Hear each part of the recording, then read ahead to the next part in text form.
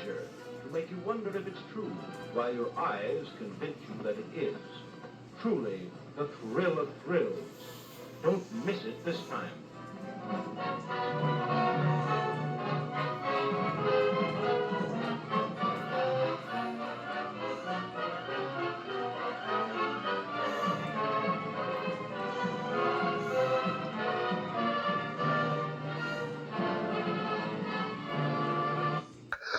Well, you've guessed it. This is the original King Kong that I will be reviewing from 1933. Yes, a almost 100-year-old movie. So I will review it right after this. Imagine, with this light, crisp cereal, you can get all the nourishment of oatmeal. For this is Post Heart of Oats, a new ready-to-eat cereal with all the nourishment of oatmeal. But without cooking. That family of mine needs nourishment, lots of it, the kind that oats can give them. And they can get it with Post Heart of Oats and milk. So give your family the strength of oats with new Post Heart of Oats. And you know something? They taste just a little bit better. Well, I hope you enjoyed this wonderful commercial with the Post cereal. Apparently, I did like the save at the end where it said that it tastes better than the regular oatmeal. I have no idea. I would actually like to read the ingredients of this Post oatmeal cereal to see what type of stuff they used back then. You might have eaten the cereal and you may have grown a hand or an arm. Probably the same thing that's in Cheerios. There could be worse. I did hear the chemicals were actually worse in 1950, but I could be wrong. So, or maybe you just dropped dead a few years later from radiation poisoning. So, anyway, so getting back to King Kong. So, yes, this is the. I have a guest. Skip is tired from the Bills game. As you can see, part of my wardrobe has changed since there was a last second reprieve from my Ghostbusters hat. I told it looked silly with my Bills jersey, so now it is matching blue with my Buffalo Bills hat. As you know that they lost to the Ravens. Oh, I forgot. They came back and stole the game. I am so sorry. I forgot. Well, if you're a Baltimore fan, I will apologize, but I'm not sorry.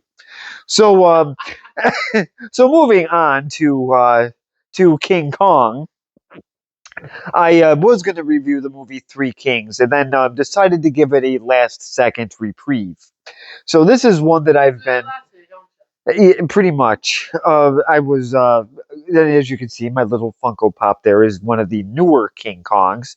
Yes, this movie's been remade several hundred and thousands of times.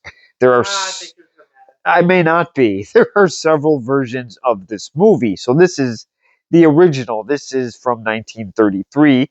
And yes, I'm so sorry it's in black and white. That's what they did back then. And you might laugh at some of the special effects in this, but guess what? This was state of the art in 1933. And I believe this movie did save the studio from going bankrupt. So a lot of good it did come out of this movie. And it did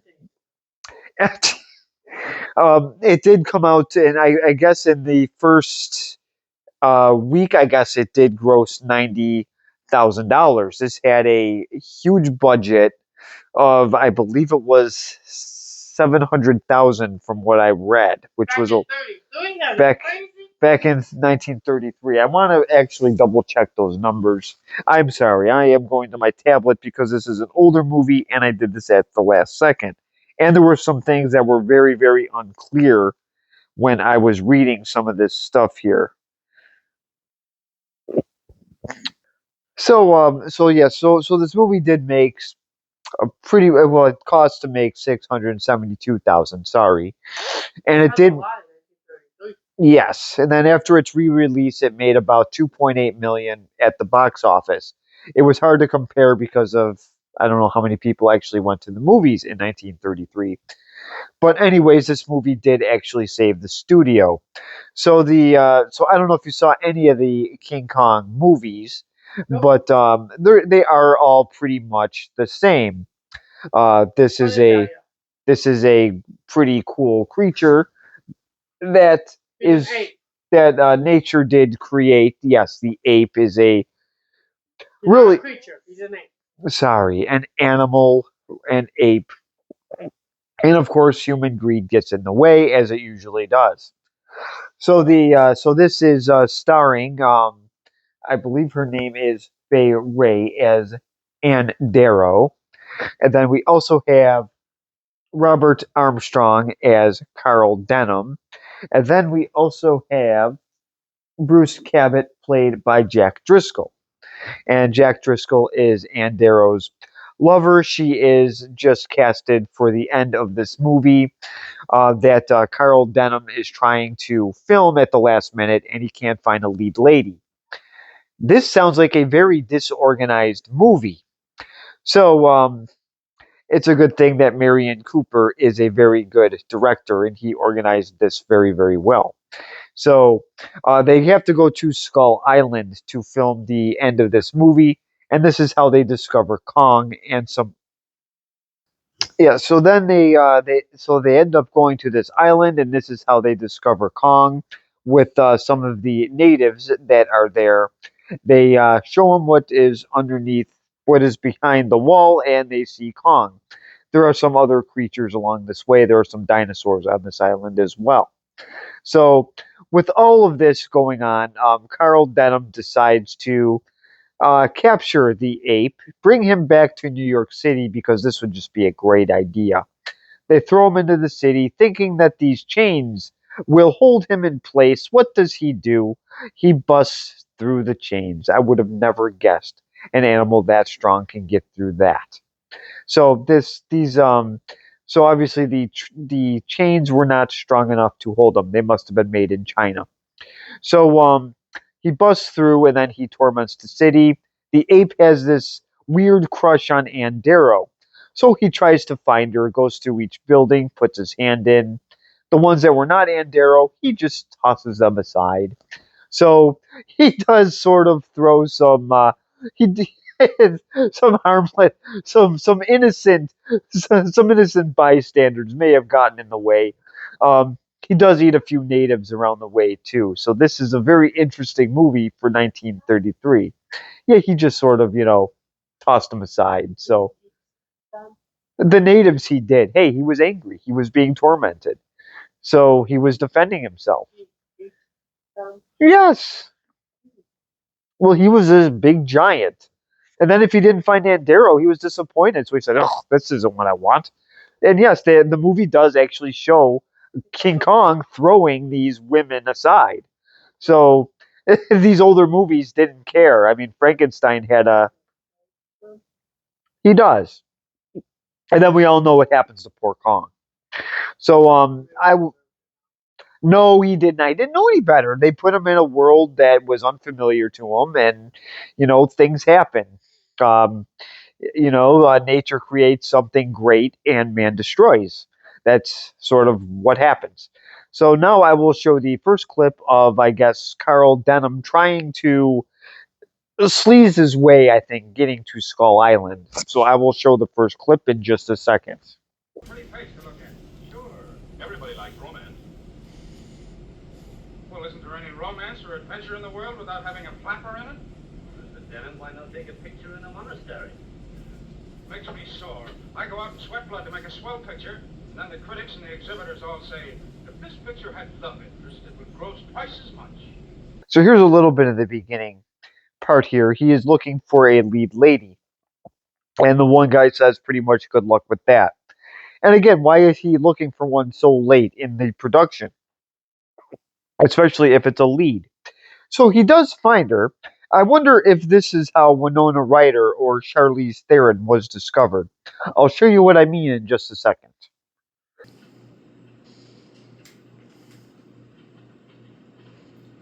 I catch you, you stealer! Now I'll catch a cop. You like that, huh? No, I didn't. Let me go. I wanted to, but I didn't. I have enough of these stealers. Try a picture didn't take anything. I didn't try on it. The three people this week. Here's a bug. Look. Scram. Taxi! Well, but she was just looking to steal an apple or an orange. Yes, I know this isn't black and white. I this is what they did back then. There is nothing wrong, again, with black and white. There are some very good movies that are actually in black and white. Name two. Oh, okay. Well, that's easy. Dracula, Frankenstein. Um, then there's that A Night to Remember. I said two. The, That was good. Bringing Up Baby. To Kill a Mockingbird. That's a book and a movie. The Bride of Frankenstein. Okay, that's enough. That's a name two. Not seven. Well, I proved my point. So, so anyway, so this is how I guess she gets discovered here. Yeah, Winona Ryder had quite a problem with stealing. Charlize Theron was actually discovered in oh nuts. I forgot if it was a Burger King or Denny's or McDonald's. It was some food chain. I wonder if she was stealing any of the burgers or food. Probably not. So, anyways, so this is what happens. I guess she's caught stealing, and now she's looking to be in a major motion picture. If she did this today, Vince McMahon would probably do something else with her. So, so, so now, since she's going to be in this movie, I will. I just thought this scene was kind of cool here. This is what New York City looked like in 1933. The video. It looks pretty cool when it's moving. Well, this is what New York City looked like. So this was us pretty much polluting the wonderful New York air. So this was pretty much the start of the destruction of land. So it does look pretty cool, though, I have to say, destruction or not.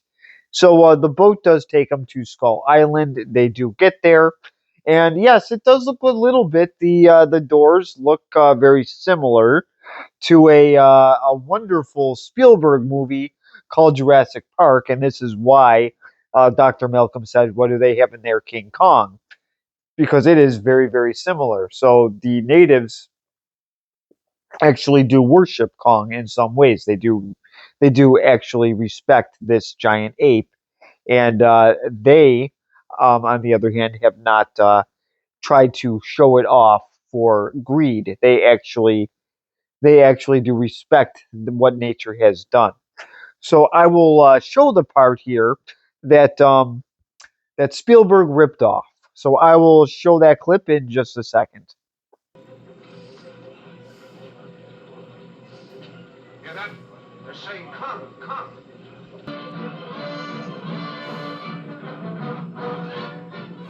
Holy mackerel, what a show.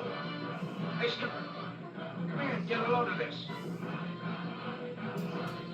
Ever seen anything like that before in your life? Well, this is the wonderful. We do show them eventually the giant doors, and obviously they got some of the natives are wearing ape costumes just to show their respects, I guess. So they're obviously a little bit leery of this group coming in with video cameras, and yes, I know they do look huge and bulky and clunky. I mean, I'm sure that a lot of you have seen the remake with Jack Black. Obviously, I have many opinions of that one. So now, Ann Darrow, being the wonderful actress that she is, I guess she's the prettiest person on the island, and that does come with a price. I guess somebody decides to capture her.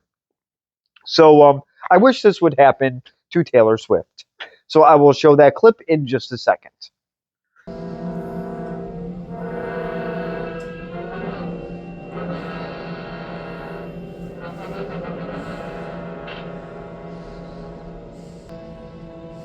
Just right there. Well, obviously, the wonderful Anne, was just captured here. So, no, this is not Vince McMahon dressed up as a native islander. They just wanted to capture her for their wonderful beastly friend. So, we will see what he looks like in just a second.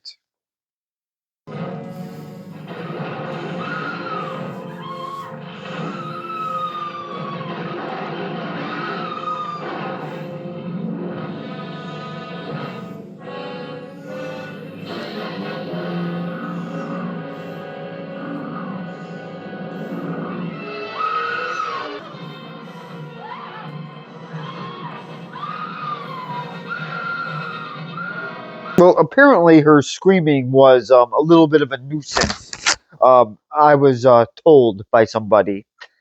So, and I know that the screaming could be a nuisance, but that's no different. It actually could be worse in today's movies, especially the newer Star Wars movies where everybody just likes to yell during a lightsaber scene. So now this is obviously acting in the 1930s. I think that I don't think it's that bad. Could it be overacting a little bit? Maybe a little, but not as bad as today. Stimpy's trying to agree with me, but he has no concept of personal space. So now you're probably asking me, why is she yelling so loud? Well, if this ape is a very strong, he has a very strong resemblance to Barbara Bush, and that will make anybody scream. So I would say Barbara Bush and Dom DeLuise thing going on here.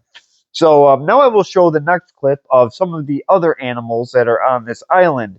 There are dinosaurs. So I'm wondering if this is where Michael Crichton got some of his inspiration from. The director that actually made this movie actually had a dream of a giant ape on the Empire State Building. So he got his inspiration from a dream. That's no joke. That is what I read. So I will show the clip of the brontosaurus in just a second.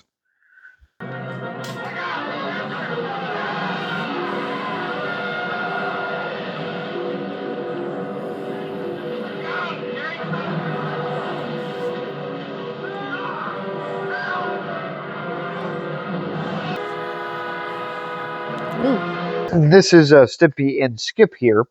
So yes, I understand that there's going to be some inaccuracy questions here. No, the brontosaurus would probably not eat people since. It does not. Oh wait, you know what though? The way people eat plants today, they just might. They might mistake people for plants because it seems like all these little vegetarians and vegans are going to turn into plants if they don't stop eating just them. So now, or if you have mushrooms in your in your bathroom tub, it might break through your window and eat the mushrooms in your disgusting bathroom. So that's a possibility. So I mean, I guess there are ways that a brontosaurus might actually eat a human, and like I said, with the way that people are eating plants, we are pretty soon we're going to be turning into them because that's all some people eat.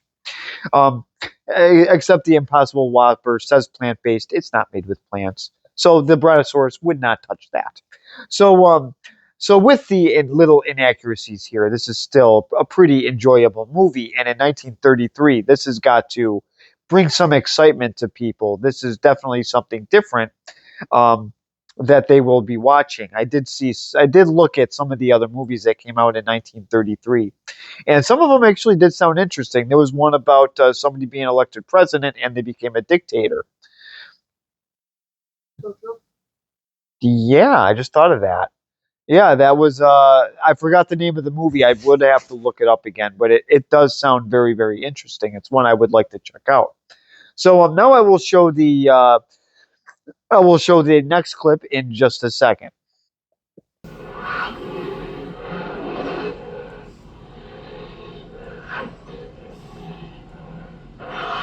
Is that supposed to be a T-Rex?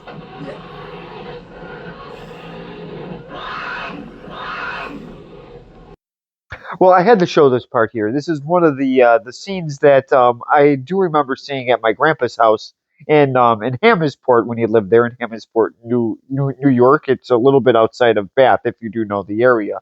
And Stimpy cannot make up his mind where he wants to go, and he's going to drive me nuts. Now, I did actually find the scene pretty cool here. He's obviously defending Anne. Now, now Anne does eventually get rescued. She does go back to her people, and because she does that, Kong, for the first time, finds out he's strong enough to bust through the doors that he is not supposed to go out of. So when this happens, well, let's just say he becomes a very angry gorilla. He really wants Anne.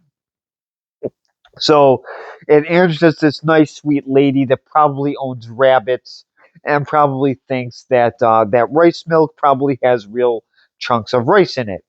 but other than that, she is pretty harmless. But this ape really does have a crush on her. So her boyfriend, Jack Driscoll, is going to do whatever it takes to protect her. So now I will show I hope you find this as amusing as I do. So let's just see what happens when the Islanders go after this wonderful ape. I will show that clip in just a second.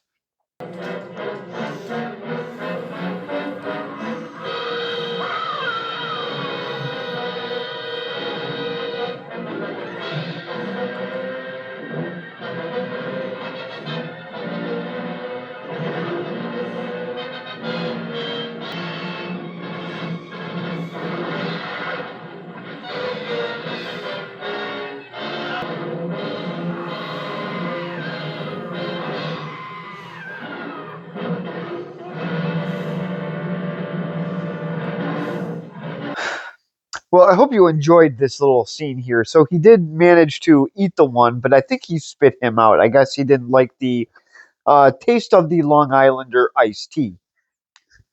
So the next he moves on to a wonderful straw house. You laugh, but they actually probably made houses than they make them now. So now they're just made out of cardboard. So he does manage to take the one and then stomp him. I would like to quote my wonderful bride to be, stomped him up and smushed him like you would smush a cigarette. That is kind of what he did to this poor fellow here. And then he did manage to do it to another one.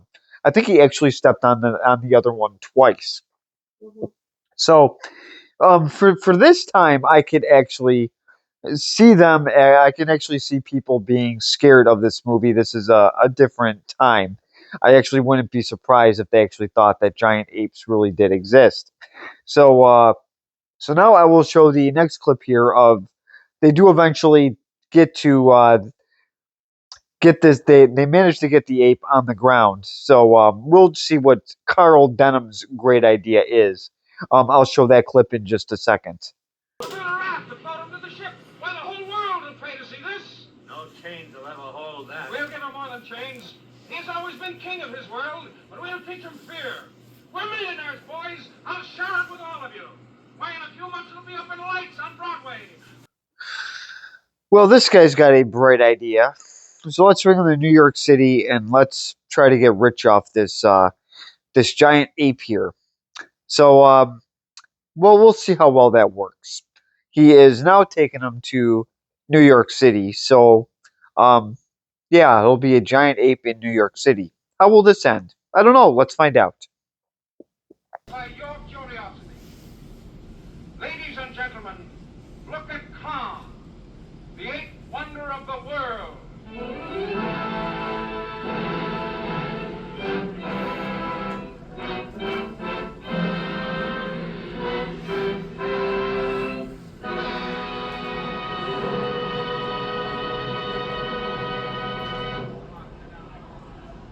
And now I want to introduce Miss Ann Darrow, bravest girl I have ever known.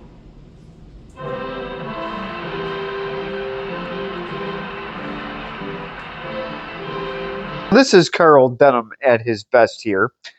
So he decides to show everybody what he looks like all chained up. And obviously, when he does see Ann Darrow, things go south. So now I will show the rest of this clip of him in chains in just a second.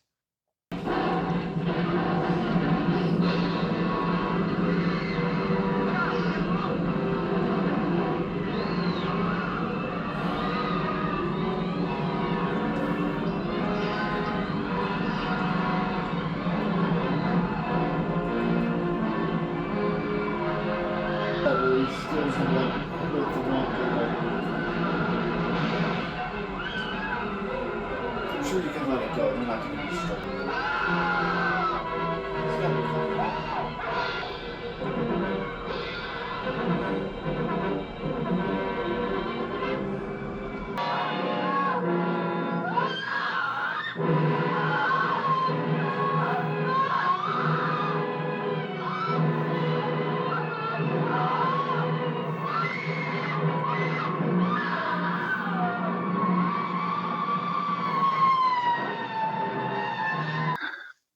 Well, this is the nice little scene here. I love it when he breaks through the chains, and then he decides to cause a bunch of ruckus.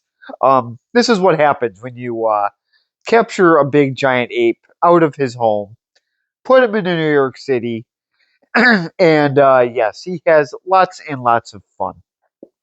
So obviously, he is just sort of. I'm not going to say that he's tormenting anybody. They tormented him first. So he does manage to he puts somebody in his mouth along the way, and then he decides to climb an apartment building. Who wouldn't? And then he decides to look inside, finds a girl, but then it isn't Anne. So when it's not Anne, he decides to, I'll just toss it aside. He just tosses it aside like it's a rotten piece of, like it's a rotten scallop at at an Adams Mark restaurant. So so obviously that doesn't sit well with many police officers, firemen, innocent bystanders to a point. Um, and I wish that he would just smush Carl Denham. But he has Anne now. He does end up finding her, takes him from Jake Driscoll, and manages to have her. And he's climbing the Empire State Building with her. Now you laugh, but she got to see the very top for free. So I will show that. I will show part of that clip in just a second.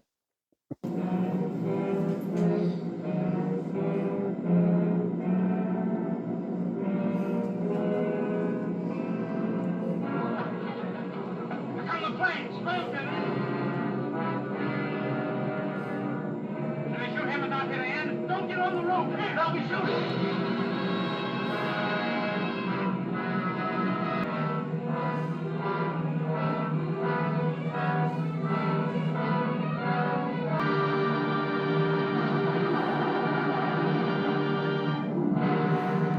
Well, this is the final clip that I'm going to show, and yes, this is a very cool way to end a movie. Climbs up that wonderful Empire State Building and has Anne in his arms. So I think she does realize that this thing really doesn't mean any harm.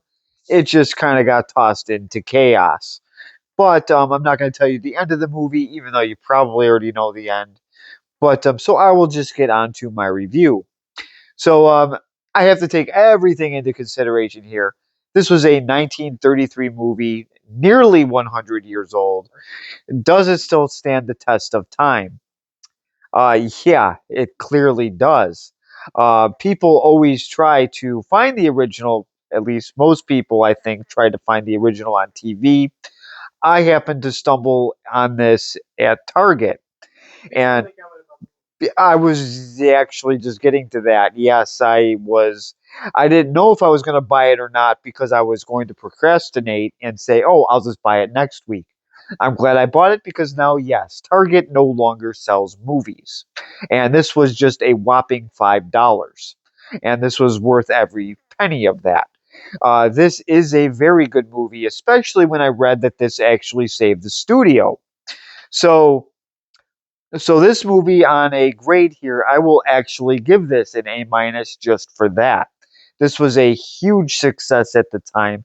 I would rather watch this than I've seen several remakes of this movie, and this one is the best.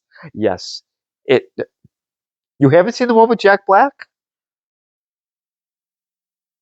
and they made several other remakes. You've never seen any of them? Oh, well, then this was a treat. I gave you a sort of an introduction to King Kong. I actually watched this at my grandpa's when I was very, very young. And I did get the wrong impression of gorillas when I was at a young age. So that part I don't really like all that much. I thought they were really mean. Not so mad. Well, well, now I am mad that they kill him. Now that I've obviously, That's not I obvious, watched it before, but that's the only thing I know. I just watched a gorilla reaching his arm in and taking this lady out. I actually my grandpa lived in woods. I actually thought that a giant gorilla was going to reach up there and grab me from my wonderful bedroom that he had at the time with poorly insulated or poorly installed windows and an easy roof to he could just bust right through there and grab me out and just toss me aside because I'm not Ann Darrow. So, yes, I was a little bit afraid of apes after watching this, but I was 4 years old. So, is this a movie I recommend? Of course I do. I recommend it. People will probably look at this and say, oh my God, he's reviewing another black and white movie. Or there's that other group that will actually appreciate it. So, I have to hope for that. Dracula did well. The Beast of 50, I think it was 20,000 Fathoms. That one did actually not bad either. A Night to Remember did better than, actually it did better than the 97 remake of Titanic. So that actually didn't do bad. So, yes, this is a movie I do recommend. I'm not sure what streaming service it's on, if it's on any. I recommend just buying it on eBay or on Amazon for that matter. I don't think it should be too expensive since it was at Target for $5. Oh, and that 1933 movie that I found was that it was called Gabriel in the White House. So that is one that I will keep an eye on. So, yes, comment if you want, subscribe if you want, and thank you very much for watching.